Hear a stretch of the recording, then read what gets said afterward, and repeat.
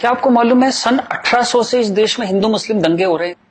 1926 में पूरे देश में दंगे हुए थे। क्या यूपी, लाहौर, मुंबई, तमिलनाडु, कोलकाता सब जगह अलग अलग वक्तों में दंगे होते रहे हैं। तो ये जो एक गंगा जमनी तहजीब है ये कहां है? अगर इतने दंगे होते रहे, 100 साल से दंगे हो रहे हैं, तो कहां है ये गंगा जमनी तहजीब? चलिए एक और तरह से देखते हैं। आजादी का आंदोलन चला, गांधी जी हमारे लीडर थे, हम सब उन्हें प्यार करते हैं, बहुत आदर करते हैं, कोई इसमें डाउट ही नहीं है। अंबेडकर से गांधी जी का एक बार टकराव हुआ तो गांधी जी ने आमरण अनशन कर दिया अंबेडकर के घर के सामने। ये बात है 1932 की।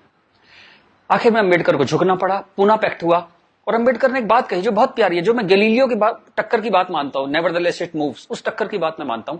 अंबेडकर ने कहा बात तो मेरी सही है, लेकिन इस वक्त आपकी जान चली जाए ये ठीक नहीं है, क्योंकि अभी देश को आपकी जरूरत है आजादी के लिए, तो मैं अपनी मांग वापस लेता हूं। हालांकि बात तो मेरी सही है। कितनी प्यारी बात थी। उस आमरण अनशन से अंबेडकर को झुकना पड़ा। 1939 कांग्रेस का अधिवेशन तिरुचुरी, सुभाष चंद्र बोस जीत गए थे कांग्रेस अध्यक्ष के लिए, सीतारामैया हार गए थे। लेकिन गांधी जी ने कहा कि नहीं, बोस नहीं बनेंगे वरना मैं छोड़ दूंगा कांग्रेस, ये वो बहुत कुछ टेंट्रम थ्रो किया। तो सुभाष चंद्र बोस ने त्याग पत्र दिया। यहां भी गांधी जी की जिद आगे आई। अंग्रेजों के खिलाफ भी उन्होंने भूख हड़ताल करी तो अंग्रेजों को झुकना पड़ा। तो लोगों के दिल में ये सवाल है, मेरे दिल में सवाल था, जब मैं 7th-8th स्टैंडर्ड में था तो मैंने अपने टीचर से पूछा था, जब जिन्ना ने कहा कि इस देश का पार्टीशन होगा, बंटवारा होगा, तो गांधी जी ने उसके घर के सामने आमरण अनशन क्यों नहीं किया? इस सवाल का जवाब कौन देगा? मुझे आज तक इस सवाल का जवाब नहीं मिला। खैर उसके बाद जिन्ना अड़ गए तो पार्टीशन हुआ। 47 में पार्टीशन में करीबन 15-20 लाख डेड बॉडीज, जो हिटलर नहीं कर पाया, 15-20 लाख डेड बॉडीज हमने देखी। कुछ करोड़, 1-1.5 करोड़ लोग यहां से उजड़ के वहां गए, वहां से उजड़ के यहां आए। पूरी ह्यूमन हिस्ट्री में इससे ज्यादा डेंजरस, इससे ज्यादा खतरनाक चीज कुछ नहीं हुई। शायद वो रवांडा टूटसी में जो प्रॉब्लम हुई वही इसकी टक्कर की प्रॉब्लम होगी। सैकड़ों औरतों को नंगा करके सड़क पे चलाया जाता था, उसे पिंड यात्रा कहते थे। इतनी दर्दनाक चीज, बट ये हुआ क्यों? And who failed? किस वजह से इतना बड़ा पार्टीशन हुआ? सिर्फ एक वजह से कि मुस्लिम्स ने कहा हम आपके साथ नहीं रहेंगे। और आप बकवास आज भी करे जा रहे हो गंगा जमनी तहजीब की, कौमी यकजहती की। 20 लाख लाशें गिर गई, आप अभी भी सच का सामना नहीं करोगे? उसके बाद जो पार्टीशन से लोग आए, यहां बहुत सारे शहरों में रहे और अगले 20, 25, 30 साल बड़ी गरीबी में रहे। ना उनके पास पैसे थे, ना कैंप बोल दिया जाता था, वहां कैंप में रहते थे। बहुत तकलीफों से उन्होंने 20-30 साल बिताए। अब तो वो लोग नहीं है, गुजर गए, लेकिन उनकी वो दर्द की, वो जो रोंगटे खड़े कर देने वाली उनकी कहानियां थी, वो कहानियां जिंदा है। वो लोग जिंदा नहीं है, पर वो कहानियां जिंदा है। और याद रखिएगा, कहानियां अपने हीरो से, अपने कैरेक्टर से ज्यादा उम्र रखती हैं। जीसस चले गए, कहानियां हैं। राम चले गए, कृष्ण चले गए, उनकी कहानियां चलती हैं हजारों सालों से। तो वो लोग चले गए, पर वो कहानियां इस देश के सबकॉन्शियस में चली गई हैं। कलेक्टिव सबकॉन्शियस में वो कहानियां हैं। इसलिए जो आप हेट्रेड देखते हैं हिंदू मुस्लिम की, वो बड़ी एब्स्ट्रैक्ट सी हेट्रेड है। उसकी कोई शेप नहीं है, आप मालूम भी नहीं पड़ता किस वजह से है, किस चीज के लिए, पर वो है। फिर आजादी हो गई, सरकार बन गई, कॉन्स्टिट्यूशन आ गया। उसके बाद फिर अजीब अजीब सी चीजें होने लगी इस देश में। शरिया की बातें होने लगी। 4 शादियां कर सकते हैं, हां कर सकते हैं। शाहबानो आती थी तो पूरा पार्लियामेंट उल्टा लटक जाता था सुप्रीम कोर्ट को दबाने के लिए। ये कुछ अजीब अजीब सी चीजें होने लगी इस देश में। तो कभी ये क्यों नहीं कहा गया कि हाँ, हम शरिया पूरी तरह लागू करेंगे, हिंदू चोर जेल में जाएगा, मुसलमान चोर के हाथ काट दिए जाएंगे, क्योंकि शरिया में ऐसा कहा गया है। ये कभी कहा ही नहीं गया किसी प्लेटफॉर्म पर, लोगों के दिल में था। अब इस सवाल को दबाया कैसे गया? कांग्रेस के हाथ में ताकत आई। अब उसे इस बात से बचना था कि पार्टीशन हमारी वजह से हुआ, हम लोग फेल हो गए। तो उन्होंने सारे टेक्स्ट बुक अपने हिसाब से लेके, सारे यूनिवर्सिटीज के वाइस चांसलर्स और ये एनसीईआरटी, सीबीएसई, सबके हेड्स उन्होंने अपने आदमी भर्ती करने शुरू किए।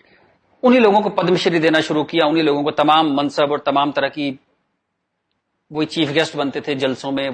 सारी टेक्स्ट बुक वैसी छपने लगी, जहां बस यही बताया जाता था कि दे दिया हमें आजादी, बिना खड़क बिना ढाल। और वो जवाहरलाल नेहरू या फूल लगाते थे और उस बच्चे उन्हें चाचा नेहरू कहते थे। लाइसेंस राज था, सारा प्रेस उन्होंने कंट्रोल किया। और खुद वो बड़े मजे से रोजा इफ्तार की पार्टियों में जाते थे। वो पार्टियां जहां ये बताया जाता था कि कोई मिसट्रस्ट नहीं है इन दोनों कौमों के बीच में, बढ़िया दावतें खा रहे थे, रोजा इफ्तार कर रहे थे। कांग्रेस बिकेम अ मछली मार पार्टी। उन्होंने मुस्लिम वोटों की फिशिंग स्टार्ट कर दी, यहां से फिशिंग स्टार्ट हुई। और अगेन वही बात, कैरेट, एक बार जब बात समझ में आ गई तो फिर जितने नए नए लीडर आने लगे, लालू, मुलायम and so on, Mamata Banerjee, सब वही फिशिंग में लग गए। मैं एक बड़ा इंटरेस्टिंग एक अपना परसेप्शन देना चाहता हूं आपको। ब्रिटिशर्स जो 47 में इंडिया छोड़ के चले गए, मान लीजिए आजादी के बाद वो यहीं रह जाते, मान लीजिए जैसे साउथ अफ्रीका में हुआ, वहां से जब अंग्रेज छोड़ के गए तो सारे अंग्रेज छोड़ के नहीं गए, बहुत सारे अंग्रेज वहीं रह गए अफ्रीका में। आप उनकी क्रिकेट टीम देखते हैं ना, सारे उनके ग्रीम स्मिथ और पोलक और सब उनके एबीडी, सारे उनके प्लेयर्स जो हैं, जो नेशनल हीरोज हैं, वो वाइट हैं। एक दो रबाडा वगैरह, रबाडा और वो सब खेल लेते हैं, बट मोस्टली वाइट्स खेलते हैं। अंग्रेज वहां से छोड़ के नहीं गए, वहीं रह गए। खैर नेल्सन मंडेला ने उनको इतना खूबसूरती से हैंडल किया कि उस देश में भी वरना पार्टीशन होता और ऐसा ही खून बहता, पर वो इतने ही स्मार्टली उन्होंने हैंडल किया, वो एक अलग कहानी है, पढ़िएगा उसके बारे में। इस दुनिया की सबसे इंस्पायरिंग कहानियों में से है जो मंडेला ने किया, ग्रेट ग्रेट गाय। खैर, अगर यहां ऐसा होता कि ब्रिटिशर्स यहां रह जाते, तो मैं आपको एक मेरा ये एक आकलन है, तो 20-30 साल बाद एक पॉलिटिकल पार्टी पैदा होती जो उनके वोट की फिशिंग करती, और हमें यह समझाया जाता कि हिंदुस्तानी और ब्रिटिशर्स में कभी कोई झंझट था ही नहीं, दे were friends, they were happy, हम मिलके होली, दिवाली, ईद मनाया करते थे। और ये जनरल डायर, ये तो आप झूठी बातें हैं, जलियांवाला बाग में गोली चला दी जनरल डायर ने, ये सब एग्जेजरेशन है, राइट विंगर्स ने पैदा किया है। अगर अंग्रेजों के भी वोट यहां पे होते तो ये झूठ चलता रहा और Hindus got sick of it. पर कहने का कोई रास्ता नहीं था, कोई आउटलेट नहीं था इस बात को कहने का, कोई ऐसा चेहरा नहीं था वो जिसके साथ वो बात कहते कि वो एम्पैथी से हमारी बात सुनेगा। अब यहां मैं थोड़ी सी डिटूर लेना चाहता हूं। कांग्रेस ने इस देश की बहुत सेवा की है। अगर इतनी मॉडर्न आउटलुक के नेहरू जी ना होते तो देश यहां तक ना पहुंचता। उतनी भयंकर गरीबी में जब दंगे भी थे, वॉर भी थे, नेहरू जी ने इसरो के बारे में सोचा, एटॉमिक पावर के बारे में सोचा, आईआईटीज के बारे में सोचा। ग्रेट गाय, जो उनकी अच्छाइयां वो अच्छाइयां हैं, बट इसी के साथ जो गलतियां भी उन्होंने बहुत बड़ी करी। एक इतनी बड़ी चीज को, एलिफेंट इन द रूम जिसको बोलते हैं, डायनासोर आपके सामने खड़ा था, आप उसे एड्रेस, उसका सॉल्यूशन नहीं निकाल पाए, कम से कम हाँ तो कहते डायनासोर खड़ा है। और झूठ ऐसे ऐसे चलाए, जैसे कश्मीर के बारे में झूठ चलाया। 370 का तो कुछ हो नहीं सकता भाई, महाराजा हरि सिंह ने यही शर्त पे विलय किया था कश्मीर का, क्योंकि 370 उन्होंने तब किया, तो कुछ हो ही नहीं सकता इसका। अब पता लगा ये झूठ है, महाराजा हरि सिंह ने ऐसा कुछ साइन ही नहीं किया था। ये तो दलाल टाइप के लोगों ने 1.5 साल बाद, 1.25 साल बाद लाए 370, और अंबेडकर ने साफ साफ मना किया कि नहीं है ये 370 नहीं लगाऊंगा, इतनी खराब है ये, फिर भी लगा दिया आपने, जबरदस्ती ठोक दिया आपने। अब मैं अपनी बात पे वापस आता हूं कि नरेंद्र मोदी कोई आदमी है ही नहीं, ये वो खूंटी है जिसपे इस पूरे देश ने अपना ये जो बरसों का गुस्सा है, 50 साल का नहीं, 150-200 सालों का गुस्सा टांगना शुरू कर दिया उस खूंटी पे। डिस्कशंस स्टार्टेड हैपनिंग, गुस्से को एक जगह मिली, एंगर फाउंड अ वेंट। चलिए एक और बात करते हैं। मेरा मानना है कि हम लोग एक एहसान फरामोश कौम है।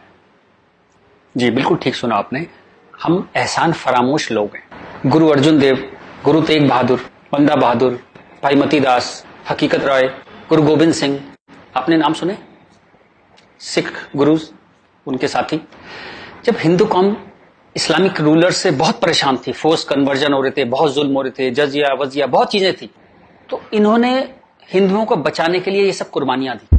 किस गुरु को जिंदा जला दिया गया, किसको गरम तवे पे भून दिया, बात समझ रहे हैं आप, जैसे सब्जी बनाते हैं आप, गरम तवे पे जिंदा भून दिया, किसको आरे में से बीच में से काट दिया, किसको रुई से बांध के जला दिया, किसके बच्चों को दीवार में चिनवा दिया, किसके बच्चों के दिल निकाल के बाप के मुंह में ठूस दिए।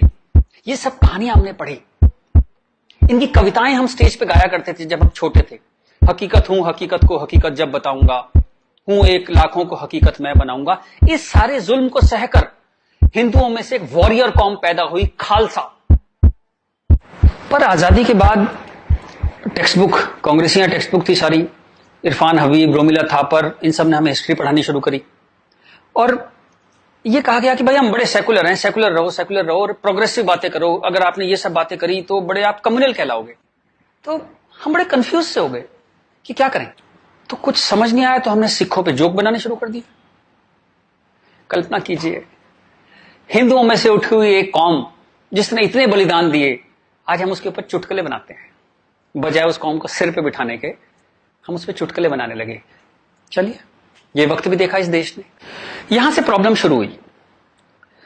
जिन जिन मुस्लिम रूलर्स के हाथों, जिससे पूरे लंबे वक्त में वो जो हमने तकलीफें सही, जैसे ब्रिटिशर्स के हाथों सही, ब्रिटिशर्स चले गए, उन मुस्लिम लोगों के हाथों जो हमने इतनी तकलीफें सही, उनको आजादी के बाद हम कुछ एड्रेस ही नहीं कर पाए और कंफ्यूज हो गए कि ये सब जुल्म हुए भी थे या नहीं थे। ये गुरुओं ने जो इतनी बलिदान दिए थे, जो इतने सैकड़ों सालों से ये जो गुरुद्वारे बने हुए हैं, ये सच्चे हैं कि नहीं है, या ये मोदी ने बना दिए जाके चुप चुप के 200-300 साल पहले मोदी ने बना दिए। अंदर ही अंदर एक कैंसर है, इस गुस्से का एक कैंसर है जो इस देश को खाए जा रहा था कई सौ साल से। वो कैंसर पार्टीशन में दिखाई दिया, आपके 2 हाथ काटने पड़े, एक भारत एक पाकिस्तान बन गया, एक बांग्लादेश बन गया, 2 हाथ कट गए आपके अंदर इतना बड़ा कैंसर था।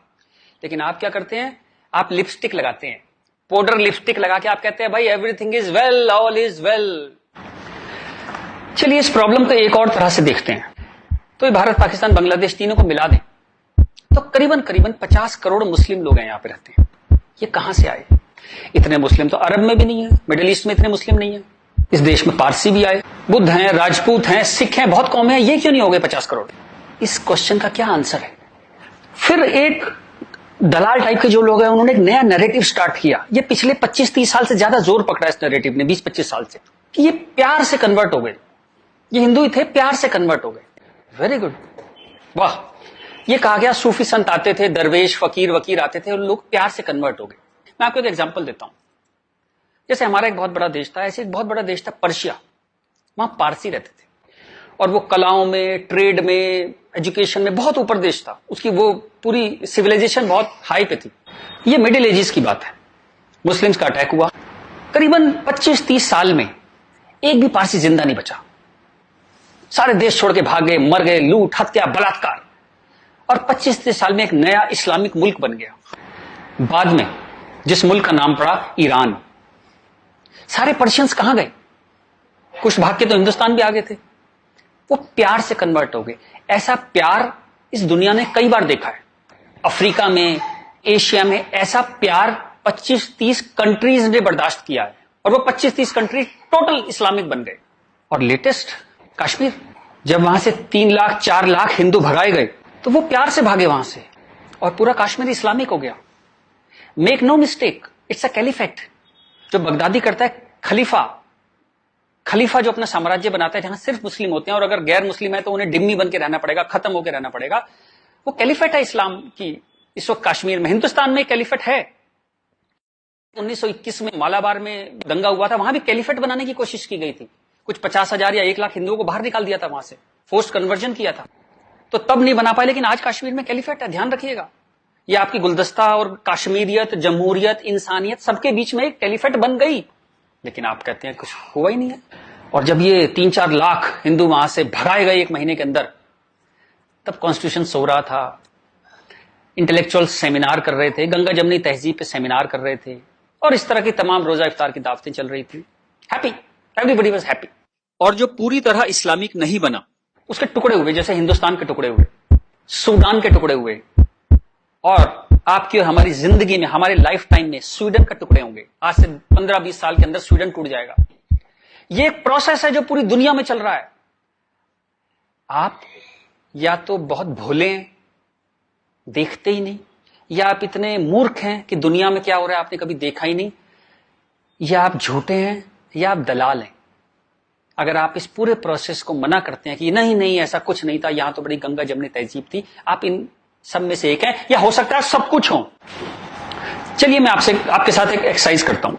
आपके एक दादा होंगे, एक दादा परिवार है, दादा, चाचा, ताऊ, बुआ, फूफा, उधर के उनके बच्चे, सब एक पूरी फैमिली ट्री वो है। एक नाना की तरफ से है, तो एक आदमी करीबन ऐसे 10-15 परिवार उसके आसपास होते हैं। इसके बाद आप कॉलेज, आपका कॉलेज, स्कूल कॉलेज, जहां 50-100 स्टूडेंट हैं, जिसमें कुछ दोस्त हैं जो आपके साथ ट्रेवल करते हैं जिंदगी भर। फिर आपका मोहल्ला, आपकी कॉलोनी, वहां भी आप 10-20 परिवारों को जानते हैं। यूं कहें एक आदमी मोटा मोटा 700-800 1000 लोगों की खबर उसको होती है, डायरेक्ट खबर, चाहे मिले ना कि कोई बहुत दूर रहता है, लेकिन हाँ पता लगता है उसकी शादी हो गई, उसके बच्चा हो गया, डेथ हो गई, कुछ बहुत अच्छा हो गया, बहुत बुरा हो गया, खबर आ जाती है कहीं ना कहीं से। अब मैं आपसे एक्सरसाइज करता हूं, पिछले 20, 30, 50 साल में ये इन 1000 लोगों में से कितने लोग मुस्लिम बने, कितने लोग कन्वर्ट हुए? आंसर मिलेगा 0। क्या हुआ? सारे सूफी, दरवेश, फकीर रिटायर हो गए, आईपीएल देखने चले गए, इस्लाम की कशिश खत्म हो गई। दोस्त, जब तक गर्दन पे तलवार ना हो ना, कोई कन्वर्जन नहीं होता, या बहुत सारे पैसे ना हो, कोई कन्वर्जन नहीं होता। उसके बाद पार्लियामेंट पे अटैक हुआ, इस देश की पार्लियामेंट पे अटैक हुआ, और उसमें शामिल अफजल गुरु, उसके सम्मान में, उसके समर्थन में लोग खड़े हैं, हजारों हजारों लोग मुसलमान खड़े हैं, और हमने तब भी कुछ नहीं कहा। इस देश में हाहाकार नहीं हुआ। मुंबई में कुछ साल पहले आजाद मैदान में एक रैली हुई, किस लिए हुई? रोहिंग्याओं के समर्थन में। आपका क्या लेने देना है रोहिंग्याओं के समर्थन में? और रैली के आखिर में क्या हुआ? जो शहीदों के लिए स्मारक बना है, फौजियों के लिए, शहीदों के लिए जो स्मारक बना है, उसको जूते मार मार के तोड़ दिया। इतनी नफरत आपके मन में इस देश के लिए, और कोई कुछ कहता ही नहीं, कोई कुछ कह ही नहीं पा रहा था। ये चल रहा था इस देश में। तो ये जो एक हेट है, ये इन दोनों कौमों में रही, और वो एक हेट, वो एक नफरत जो थी, वो कभी, it never became a past history, distant history, कभी नहीं हुआ। वो रोज रहा। कभी वो अफजल गुरु के रूप में आ गई, कभी वो क्रिकेट मैच के रूप में आ गई, कभी कश्मीर, कभी आजाद मैदान, वो हमेशा कभी ना कभी उसके न्यू एडिशंस आते रहते थे। एक और एक्सरसाइज करते हैं। आप मोटरसाइकिल चलाते हैं, कार चलाते हैं, साइकिल, स्कूटर कुछ चलाते होंगे। जब भी आप सड़क में जाते हैं तो थोड़ा संभल के चलते हैं। लेकिन आपके शहर के जो मुस्लिम एरिया है, जब उसमें आप जाते हैं तो कुछ एक्स्ट्रा संभल के चलते हैं कि नहीं? एक्स्ट्रा संभल के, कि अगर यहां लग गई तो एक्स्ट्रा पिटाई होगी। वो जो फियर है आपके अंदर, वो जो डर है, वो कमाल की चीज है, जिसको देश कहता है नहीं, एक सिस्टम कहता है नहीं, लेकिन आपके अंदर है, करोड़ों लोगों के अंदर है, 100 करोड़ लोगों के अंदर है वो डर। और एक आखिरी एक्सरसाइज, जब भी आपको कोई ज्ञान बांटता हुआ आदमी मिले, सेकुलर मिले, इंटेलेक्चुअल मिले, गंगा जमनी तहजीब वाला आदमी मिले, सब बराबर हैं, सब धर्म है, तो उसको कहिएगा चलिए एक पेज पे लिखते हैं, गीता, बाइबल, कुरान सब एक जैसे हैं, जीसस, राम, कृष्ण, पैगंबर मोहम्मद सब एक जैसे हैं, ना कोई छोटा ना कोई बड़ा, सब प्यारे इंसान है, सब बढ़िया हैं, सब बराबर हैं। एक पेज पे लिख के उसे बोली जरा 2-4 मुस्लिम से साइन करा के ला।